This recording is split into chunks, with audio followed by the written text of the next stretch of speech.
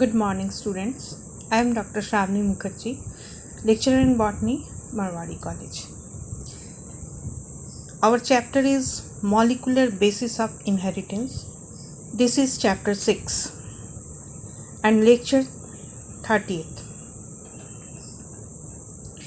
In my previous lecture, we have already discussed about the molecular structure of DNA.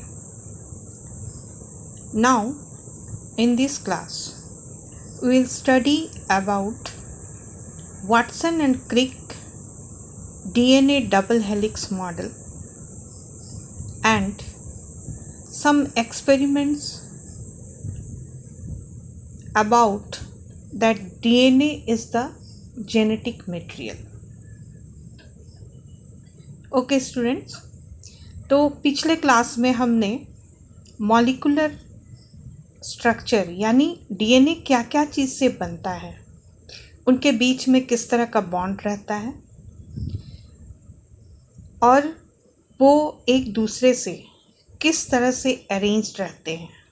जितने भी molecules हैं जैसे sugar, phosphate and nitrogenous bases, ये तीनों किस तरह से अरेंज रहते हैं, ये हमने एक बेसिक जानकारी ली थी इसके पहले क्लास में।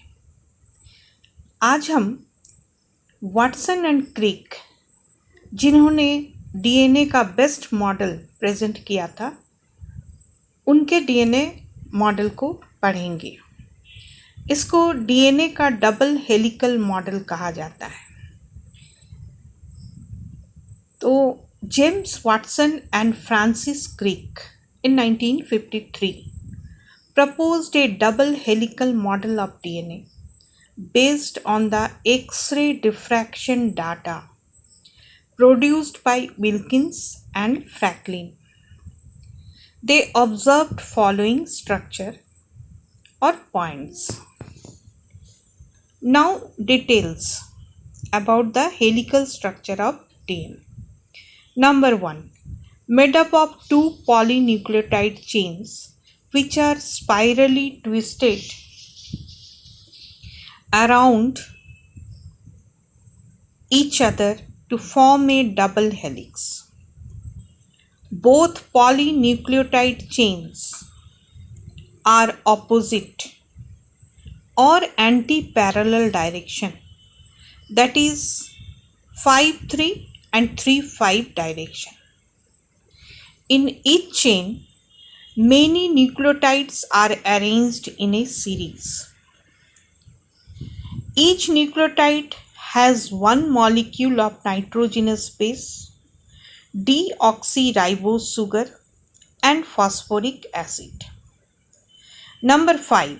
Sugar molecule of all nucleotides in a chain are linked with phosphate molecules in 5-3 phosphodiester bond occurs between them.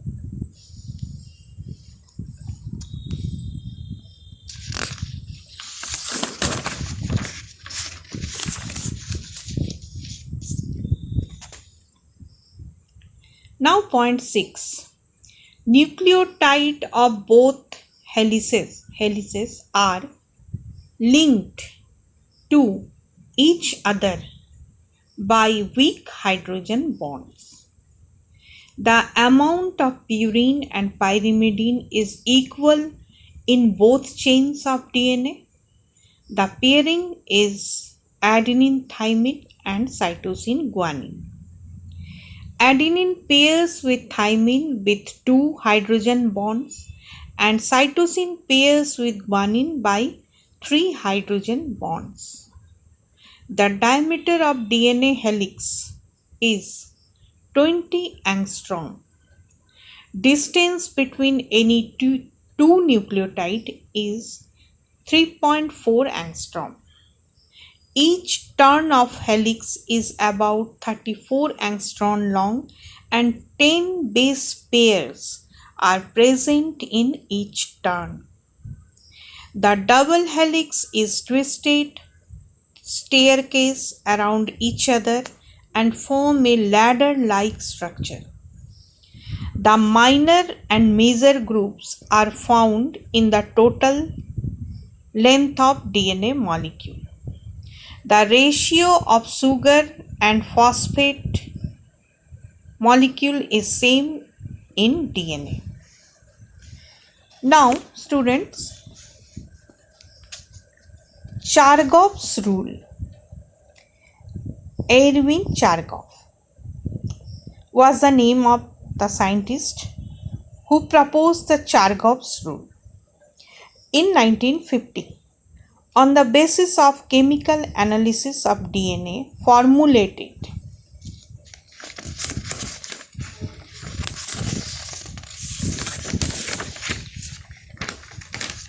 that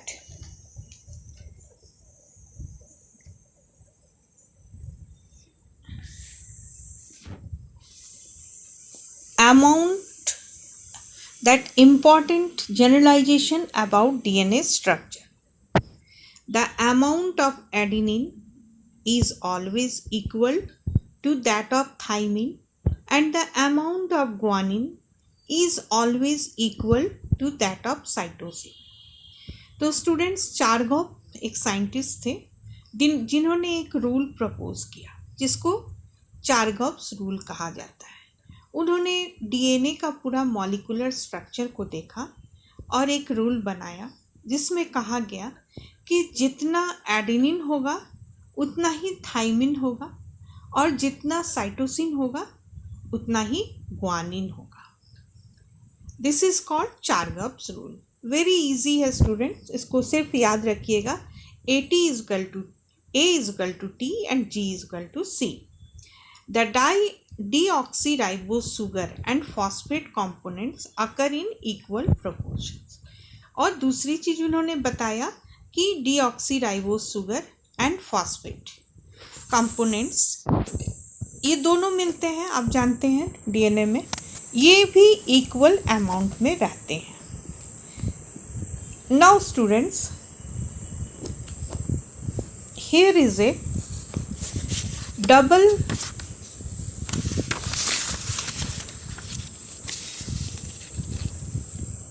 helical model of DNA. इस मॉडल को किसने दिया था? इसको वाटसन एंड क्रिक ने दिया था। जब भी आपका क्वेश्चन आए कि what is the model of DNA given by Watson and Crick, तो आप इस तरह से एक फिगर बनाएंगे और उसके बाद आप इस तरह से बेस को अरेंज करेंगे और दोनों तरफ शुगर फॉस्फेट का आप इस तरह का ये हेलिक्स दिखाएंगे। यानी ये दोनों हेलिक्स जो यहाँ पर और यहाँ पर आपको दिख रहा है, ये किसका बना हुआ है? शुगर एंड फॉस्फेट का। और ये जो सीढ़ी दिख रहा है जिसको लैडर कहते हैं, ये किसका बना हुआ है? नाइट्रोजिनस बेस का। ठीक है। दूसरी बात है कि अगर यहाँ पर 5-3 एंड होता है तो यहाँ पर 3-5 एंड होगा। यानी ये एक दूसरे के एंटी पैरेलल है। अगर पैरेलल होते तो दोनों तरफ के एंड बराबर होते, यानी यहाँ 5-3 है तो यहाँ पर भी 5-3 होता है। ऐसा नहीं होता है, बल्कि यहाँ पर 5-3 है तो ये वाला एंड 3-5 होगा, इसलिए इनको एंटी पैरेलल कहा जाता है।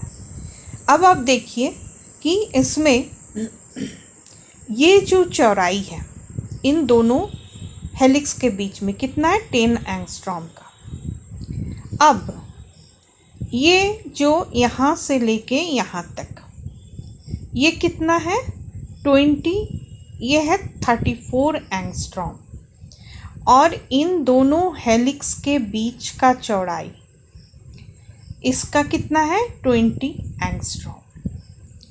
अब हम देखते हैं कि यहाँ पर बेस पेयरिंग है, adenine with thymine, thymine with adenine, cytosine with guanine and adenine with thymine.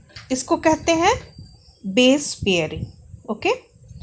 इन दोनों बेस के बीच में कितना गैप है? 3.4 एंगस्ट्रॉम का।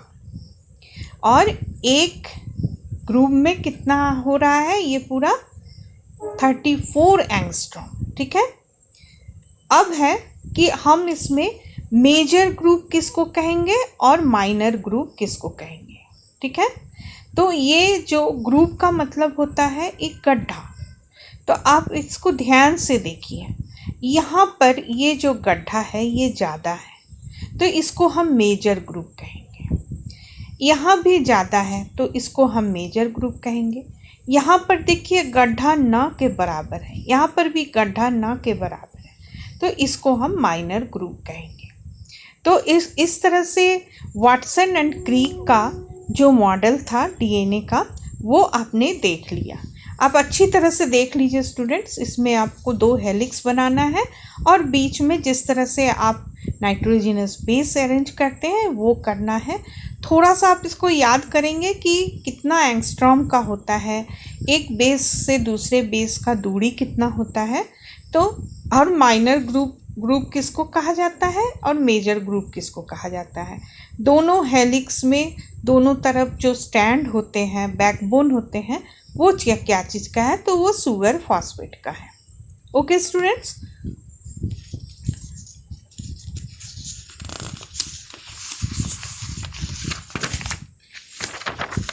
नाउ ये एक नया टॉपिक है इसी में, दैट इज कि DNA is a genetic material. ये बहुत सारे साइंटिस्ट ने प्रूव किया। इसमें हम लोग 3 बार एक्सपेरिमेंट को देखेंगे अलग अलग साइंटिस्ट का। पहला एक्सपेरिमेंट गिब्स ट्रांसफॉर्मेशन एक्सपेरिमेंट। इस एक्सपेरिमेंट का मोटो क्या था? What is the motto of this experiment? To prove that DNA is the genetic material, not the protein. किसने किया था? SF क्रिप ने 1920 में। एक्सपेरिमेंटल मटेरियल क्या था? तो 2 strains of bacteria, diplococcus pneumoniae, जो निमोनिया को कॉज करता है। अब 2 स्ट्रेन्स में आप देखिए, एक है वायरुलेंट स्ट्रेन्स और वीरुलेंट स्ट्रेन्स, जो भी बोलिए, दैट इज S3। इसका कैसा है स्ट्रक्चर? Smooth wall. यहाँ पर बैक्टीरिया का वॉल कैसा है? स्मूथ। दूसरा है नॉन वायरुलेंट स्ट्रेन, इसका क्या नाम है? R2। इसका वॉल कैसा है? तो रफ वॉल है और ये निमोनिया को कॉज नहीं करता है, मतलब ये निमोनिया कॉजिंग नहीं है। परंतु पहला वाला वायरुलेंट स्ट्रेन्स जो है वो निमोनिया कॉजिंग है। नाउ स्टेप्स ऑफ एक्सपेरिमेंट, ये आप अच्छी तरह से समझिए स्टूडेंट्स। पहला स्टेप में उन्होंने क्या किया? R2 strain injected in 2 mice, pneumonia not caused and they survived. बहुत आसान स्टेप था। क्या किया उन्होंने? R2 स्ट्रेन जो नॉन वायरुलेंट है उसको उन्होंने इंजेक्ट कर दिया बैक्टीरिया को, किसमें? माइस में। और क्या हुआ कि माइस को निमोनिया नहीं हुआ क्योंकि ये नॉन वायरुलेंट स्ट्रेन था। दूसरे स्टेप में उन्होंने क्या किया? S2 स्ट्रेन, हमेशा याद रखिएगा S2 स्ट्रेन जो होता है वो वायरुलेंट होता है। सॉरी, यहाँ S3 होगा students. S3 strain injected to mice cause pneumonia and they dead. तो दूसरे स्टेप में उन्होंने क्या किया कि S3 स्ट्रेन को जब माइस में इंजेक्ट किए, चूहे में, तो वो निमोनिया से उनकी डेथ हो गई। Now third step, S3 strain were heated up to about 60 degrees centigrade and then injected to mice. Mice did not die. Third step में उन्होंने क्या किया? जो S3 स्ट्रेन था जिससे निमोनिया हो रहा था, उनको उन्होंने हीट किया। हीट करने से आप जानते हैं कि बैक्टीरिया का डेथ हो जाता है और उसके बाद उन्होंने उसको फिर से इंजेक्ट किया। तो क्या हुआ कि इससे माइस को निमोनिया नहीं हुआ और माइस जिंदा रहा। Now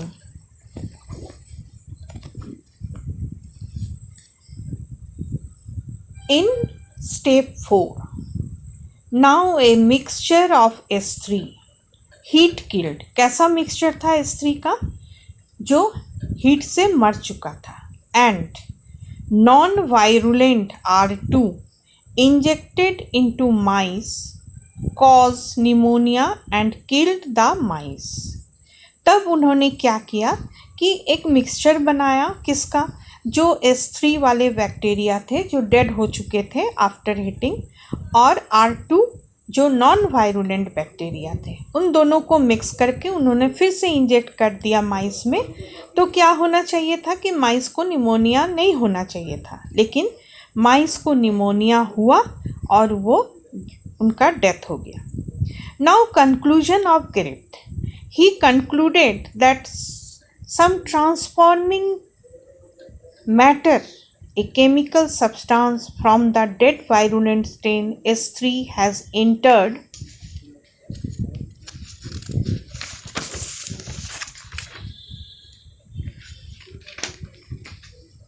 the living non-virulent R2 bacteria and transformed the latter into virulent strain। तो उन्होंने कहा कि जो लिविंग नॉन वायरुलेंट स्ट्रेन था उसको वायरुलेंट स्ट्रेन जो था, जो डेड हो चुका था, वो ट्रांसफॉर्म कर दिया वायरुलेंट स्ट्रेन में, क्योंकि कोई एक ऐसा मटेरियल था, एक ऐसा केमिकल था जो नॉन वायरुलेंट स्ट्रेन से नॉन वायरुलेंट स्ट्रेन्स को ट्रांसफॉर्म किया। ये था उनका conclusion. Now experiments number 2 by Avery, MacLeod and McCarty. They repeated the experiment of Griffith in vivo. They clarified the DNA of S-type virulent cells, changed the R-type non-virulent cells into virulent cells. दूसरे group के scientist थे Avery, MacLeod and McCarty. 3 scientist, Avery, MacLeod and McCarty. इन्होंने Griffith के experiment को ही repeat किया, लेकिन कैसे किया? लैब में किया, इन विवो। तो उन्होंने देखा कि डीएनए जो एस टाइप में था, वायरुलेंट सेल्स था, वो आर टाइप को, नॉन वायरुलेंट को वायरुलेंट में कन्वर्ट कर देता है। This phenomenon of the transforming characters of one strain into another by using DNA extract of the former is called transformation, and that experiment also proved that DNA is the genetic material। इन्होंने भी same चीज़ कहा, लेकिन ये क्या किए थे? DNA के extract को यूज़ किए थे, और उन्होंने भी प्रूव कर दिया कि नॉन वायरुलेंट आर टाइप को वायरुलेंट जो है वो ट्रांसफॉर्म कर देता है वायरुलेंट फॉर्म में। ठीक है students. Now experiment 3, experiment of Hershey and chase. Hershey and chase ने बैक्टीरियोफेज पर काम किया, bacteriophage T2 of E coli. What is bacteriophage student? आपने इसके पहले क्लास में पढ़ा था कि ऐसा वायरस जो बैक्टीरिया को इफेक्ट करता है उसको हम लोग बैक्टीरियोफेज कहते हैं। तो बैक्टीरियोफेज क्या है? एक टाइप का वायरस है जो बैक्टीरिया को अटैक करता है। तो यहाँ पर bacteriophage T2 is a virus, और वो किसको अटैक किया है? ई कोलाई बैक्टीरिया को। Now bacteriophage T2 has a DNA code covered by protein coat when it comes in contact with a living bacterium, its DNA enters the cell, but its protein coat remains outside.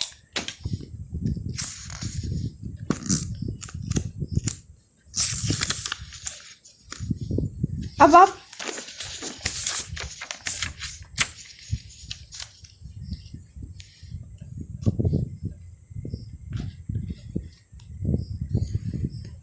Sorry students, now अब आप इसको इस तरह से समझिए कि ये एक बैक्टीरियोफेज का स्ट्रक्चर है पूरा। अब देख रहे हैं ये इसका हेड है और ये इसका टेल पोर्शन है, ठीक है। ये क्या है, एक वायरस है जिसमें एक हेड होता है और एक टेल पोर्शन होता है। ये लंबी वाली जो पोर्शन है ये टेल है। ये हेड के बीच में क्या है, डीएनए रहता है। ये इसका क्रोमोसोम है एक तरह से समझिए तो। और ये जो है, ये जो आप देख रहे हैं ये इसका प्रोटीन कोट है। तो जब ये किसी भी बैक्टीरिया में घुसता है, बैक्टीरिया को अटैक करता है, तो ये डीएनए जो बीच में है ये पूरा इंजेक्शन की तरह पुश होके यहाँ पर आ जाता है बैक्टीरिया के बॉडी में, और इसका जो प्रोटीन कोट है ये बाहर रह जाता है। ये हर्शे एंड चेज ने देखा था। उसके बाद उन्होंने कहा कि Hershey and chase use different radioactive isotopes to label DNA and protein. They confirmed that DNA only transferred to new generation of bacteriophages, not the protein. Hence, DNA is the genetic material, not protein. तो उन्होंने ये prove किया students कि जब DNA ही सिर्फ अंदर में जा रहा है बैक्टीरिया का और नए नए बैक्टीरियोफेज को बना रहा है, तो DNA is only the genetic material, not the protein. Okay students, तो इस तरह से आपको ये तीनों एक्सपेरिमेंट याद रखना है, जिसमें आप 2 एक्सपेरिमेंट तो करीब करीब सेम है, ग्रिफ्थ का और ये एवेरी का। 3rd एक्सपेरिमेंट आपको बैक्टीरियोफेज से है।